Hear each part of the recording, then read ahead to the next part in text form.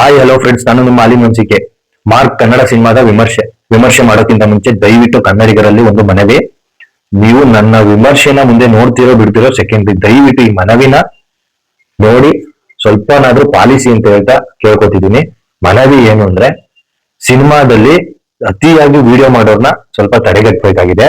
ಸಿನಿಮಾದ ಈಗ theatre owners ಇರ್ಬೋದು, ಕನ್ನಡ ಅಭಿಮಾನಿಗಳಿರ್ಬೋದು, ಯಾರೇ ಆಗಿದ್ರು ಸೊ ಒಂದು ಈಗ ವಿಡಿಯೋ ಮಾಡೋದು ಅಂದ್ರೆ ಏನೋ ಒಂದು 30 ಸೆಕೆಂಡ್, 1 ನಿಮಿಷ, ಏನೋ ಎಂಟ್ರಿ ಸೀನು ಇಲ್ಲ ಟೈಟಲ್ ರಿವೀಲ್ ಸೀನು, ಈ ತರ ಸೀನ್ಗಳನ್ನ ಸ್ವಲ್ಪ ವಿಡಿಯೋ ಮಾಡಿದ್ರೆ ಓಕೆ. ಅದನ್ನ ಬಿಟ್ಟು 5 ನಿಮಿಷ, 10 ನಿಮಿಷ, 15 ನಿಮಿಷ ಹಂಗೆ ವಿಡಿಯೋನ ಫೋನ್ ಹಿಡ್ಕೊಂಡೇ ಕುಂತಿರ್ತಾರೆ ಕೆಲವರು.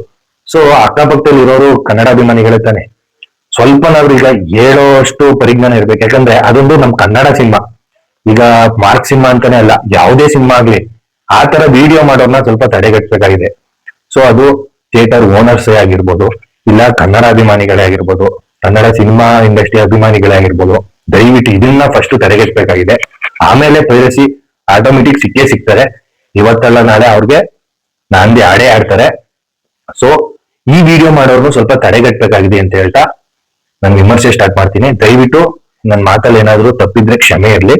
ನನಗೆ ಅನ್ಸಿದ್ದು ನಾನು ಹೇಳ್ತಾ ಇದ್ದೀನಿ. ಸೊ ವಿಮರ್ಶೆಗೆ ಹೋಗೋದಾದ್ರೆ, ಮಾರ್ಕ್ಗೂ ಮ್ಯಾಕ್ಸ್ಗೂ ಏನ್ ಡಿಫ್ರೆನ್ಸ್ ಅನ್ನೋದನ್ನ ನಾನು ಟ್ರೈಲರ್ ನೋಡಿದಾಗ ಅನ್ಕೊಂಡೆ.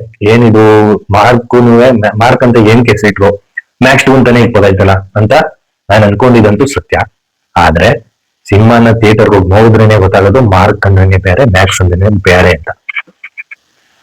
ಮುಂದೆ ಮ್ಯಾಕ್ಸ್ಗೆ ಹೋಲಿಸಿ ಮಾತಾಡೋಂಥದ್ದು ಬೇಡ, ಮಾರ್ಕ್ ಸಿನಿಮಾ ಬಗ್ಗೆನೆ ಮಾತಾಡೋಣ. ಮಾರ್ಕ್ ಅಂದ್ರೆ ಈ ಸಿನಿಮಾದಲ್ಲಿ ಸುದೀಪ್ ಸರ್ ಅವರು ಎಂದಿನಂತೆ ಅಂದ್ರೆ ಪೊಲೀಸ್ ಆಫೀಸರು, ಆದ್ರೆ ಸಸ್ಪೆಂಡ್ ಆಗಿರೋ ಪೊಲೀಸ್ ಆಫೀಸರ್ ಟೀಮ್ ಅಂದ್ರೆ ಮ್ಯಾಕ್ಸ್ ಟೀಮ್ ಏನಿತ್ತು ಅದೇ ಟೀಮ್ ಇಲ್ಲಿ ರಿಪೀಟ್ ಆಗಿರೋದ್ರಿಂದ ಸೊ ಸ್ವಲ್ಪ ಒಂದು ಬೆರಳಿನ ಎಷ್ಟು ಜನ ಬೇರೆ ಬೇರೆ ಆಗಿರ್ಬೋದು, ಅರ್ಧ ಜನ ಅವರೇ ಇದ್ದಾರೆ. ಸೊ ಅದೇ ಟೀಮ್ ರಿಪೀಟ್ ಆಗಿದೆ. ಸೊ ಇಲ್ಲೂ ಅಷ್ಟೇನೆ ಸಸ್ಪೆಂಡ್ ಆಗಿರೋ ಪೊಲೀಸ್ ಟೀಮು, ಸೊ ಅವ್ರಿಗೊಂದು ಇನ್ವೆಸ್ಟಿಗೇಷನ್ ಮಾಡ್ಲೇಬೇಕಾದ ಪರಿಸ್ಥಿತಿ ಬರ್ತದೆ. ಅಂದ್ರೆ ಸಸ್ಪೆಂಡ್ ಆಗಿರೋರು ಏಂತಿಗೆ ಇನ್ವೆಸ್ಟಿಗೇಷನ್ ಮಾಡ್ಬೇಕು, ಅವ್ರಿಗೂ ಇದಕ್ಕೂ ಏನ್ ಸಂಬಂಧ, ಪೊಲೀಸವ್ರಿಗೆ ಅದಕ್ಕೆ ಸಸ್ಪೆಂಡ್ ಆಗಿರೋರು ಏನ್ ಮಾಡ್ಬೇಕು, ಅದನ್ನ ಸಿನಿಮಾದಲ್ಲಿ ನೋಡ್ಬೇಕು.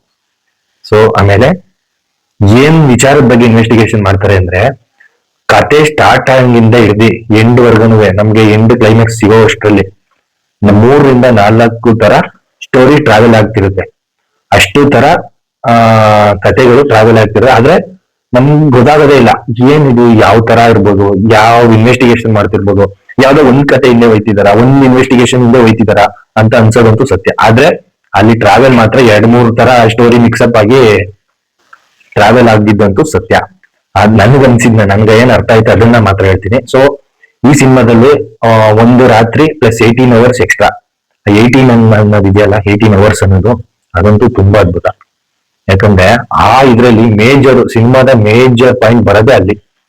ಸೊ ಅಲ್ಲಿಂದ ಟರ್ನ್ ಆಯ್ತದೆ. ಸೊ ಸ್ಟಾರ್ಟಿಂಗ್ ಇಂದನೂ ತುಂಬಾ ಕ್ಯೂರಿಯಾಸಿಟಿ ಇದೆ, ಅಲ್ಲಿಂದ ಸ್ವಲ್ಪ ಇನ್ನೂ ಜಾಸ್ತಿ ಕ್ಯೂರಿಯಾಸಿಟಿ ಹುಟ್ಟಿಸಿದಂತೂ ಸತ್ಯ ಅಂತ ಹೇಳ್ತಾ, ಆಮೇಲೆ ಮುಖ್ಯವಾಗಿ ಕತೆ ಬಗ್ಗೆ ಜಾಸ್ತಿ ಹೇಳೋದ್ ಬೇಡ, ಒಂದು ಸ್ವಲ್ಪ ವಿಚಾರ ಹೇಳೋದಾದ್ರೆ 18 ಮಕ್ಕಳ ಇನ್ವೆಸ್ಟಿಗೇಷನ್ ಒಂದ್ ಕಡೆ ಇರ್ತದೆ, ಇನ್ನೂ ಬೇರೆ ಬೇರೆ ಇನ್ವೆಸ್ಟಿಗೇಷನ್ ಮಾಡ್ತಾರೆ. ಆದ್ರೆ ಏನು ಅನ್ನೋದನ್ನ ಸಿನಿಮಾ ನೋಡಿ ತಿಳ್ಕೊಳ್ಳಿ ಅಂತ ಹೇಳ್ತಾ, ಆಮೇಲೆ ಸುದೀಪ್ ಸರ್ ಅವರ ಆಕ್ಟಿಂಗ್ ಬಗ್ಗೆ ಎಷ್ಟು ಹೇಳಿದ್ರು ಸಾಲದು. ಯಾಕಂದ್ರೆ ತುಂಬಾ ಅದ್ಭುತವಾಗಿದೆ. ಅವ್ರ ಸ್ಟೈಲ್ಗೆನೆ ನಮ್ ಕನ್ನಡ ಇಂಡಸ್ಟ್ರಿಯಲ್ಲಿ ಸ್ಟೈಲ್ ಕಿಂಗ್ ಅಂತ ಅವ್ರಿಗೆ ಅದೊಂದು ಹೆಸರಿಗ್ಬೇಕು, ಸ್ಟೈಲ್ ಕಿಂಗ್ ಅಂತಾನೆ ಹೆಸರಿಗ್ಬೇಕು ಅವ್ರಿಗೆ. ಬಾದ್ಶಾ ಕಿಚ್ಚ ಸುದೀಪ್ ಅವ್ರದ್ದು ಟೈಟಲ್ ಬಾದ್ಶಾ ಅನ್ನೋದಿದೆಯಲ್ಲ, ಅದಕ್ಕೂ ಗಿಂತನೂ ಸ್ಟೈಲ್ ಕಿಂಗ್ ಅಂತಾನು ಇಟ್ರೆ ತುಂಬಾ ಒಳ್ಳೇದು. ಯಾಕಂದ್ರೆ ಆ ಲೆವೆಲ್ಗಿದೆ ಅವ್ರ ಸ್ಟೈಲು. ಒಂದು ಹೊಸದು ಈ ಸಿನಿಮಾದಲ್ಲೇ ಸ್ಟಾರ್ಟಿಂಗ್ ಇಂದ ಎಂಡ್ವರೆಗೂ ಒಂದು ಸಿಗ್ನೇಚರ್ ಸ್ಟೈಲ್ ಇದೆ, ಅದಂತೂ ತುಂಬಾನೇ ಅದ್ಭುತ. ಆ ಸಿಗ್ನೇಚರ್ ಸ್ಟೈಲ್ ಬಂದಾಗೆಲ್ಲ ವಿಸಿಲ್ ಬೀಳೋದಂತೂ ಫಿಕ್ಸು. ಅದಲ್ಲದೆ ಈ ಎಂಟ್ರಿ ಸೀನ್ ಇದೆಯಲ್ಲ, ಆ ಎಂಟ್ರಿಲಿ ಅವ್ರದ್ದು ಡೈಲಾಗ್ಗಳೇ ಏನೂ ಇಲ್ಲ. ಆ ಎಂಟ್ರಿ ಡೈರೆಕ್ಟ್ ಎಂಟ್ರಿ ಆಗ್ತಿದ್ದಂಗೆ ಸಾಂಗ್ ಬರುತ್ತೆ, ಆ ಸಾಂಗ್ ಇಂದ ಮುಂಚೆ ಎಂಟ್ರಿ ಬರುತ್ತಲ್ಲ, ಆ ಎಂಟ್ರಿಲಿ ಜಸ್ಟ್ ಬರೀ ಅವ್ರ ಸ್ಟೈಲ್ ಇದೆಯಲ್ಲ, ಸ್ಟೈಲ್ಗೆನೆ ತುಂಬಾ ವಿಸಿಲ್ ಬೀಳ್ತದೆ. ಆ ರೀತಿ ಅವ್ರ ಆಕ್ಟಿಂಗ್ ಅಂತೂ ತುಂಬಾ ಅದ್ಭುತ. ಇನ್ನು ಅವ್ರು ಇನ್ವೆಸ್ಟಿಗೇಷನ್ ಮಾಡಿರೋ ರೀತಿ ಅದೆಲ್ಲ ಎಕ್ಸ್ಟ್ರಾರ್ಡಿನರಿ ಬಿಡಿ. ಸಿನಿಮಾನ ಥಿಯೇಟರ್ ಹೋಗಿ ನೋಡ್ದೇನೆ ಅದ್ರ ಫೀಲಿಂಗ್ ಗೊತ್ತಾಗೋದು. ನಾನು ಎಷ್ಟೇ ಬರ್ಕೊಂಡ್ರು ಏನೇ ಹೇಳಿದ್ರು ಅದು ನೋಡ್ದಂಗೆ ಅನ್ಸಲ್ಲ. ಸೊ ಅಲ್ಲಿ ಹೋಗಿ ನೋಡಿದ್ರೇನೆ ಸಿನಿಮಾ ಸವಿಯಕ್ಕಾಗೋದು. ಸಿನಿಮಾ ಮಾತ್ರ ತುಂಬಾನೇ ಅದ್ಭುತವಾಗಿದೆ. ದಯವಿಟ್ಟು ಕನ್ನಡಿಗರು ಕನ್ನಡ ಸಿನಿಮಾನ ಮಿಸ್ ಮಾಡ್ಕೊಳ್ಳದೆ ಥಿಯೇಟರ್ಗೆ ಹೋಗಿ ನೋಡಿ ಅಂತ ಹೇಳ್ತಾ ನನ್ನ ಮಾತನ್ನ ಮುಗಿಸ್ತೀನಿ. ಇನ್ನು ನನ್ನ ಮಾತಲ್ಲಿ ಏನಾದ್ರು ತಪ್ಪಿದ್ರೆ ಕ್ಷಮೆ ಇರ್ಲಿ ಅಂತ ಹೇಳ್ತಾ ನನ್ನ ಮಾತು ಮುಗಿಸ್ತೀನಿ. ನಮಸ್ಕಾರ.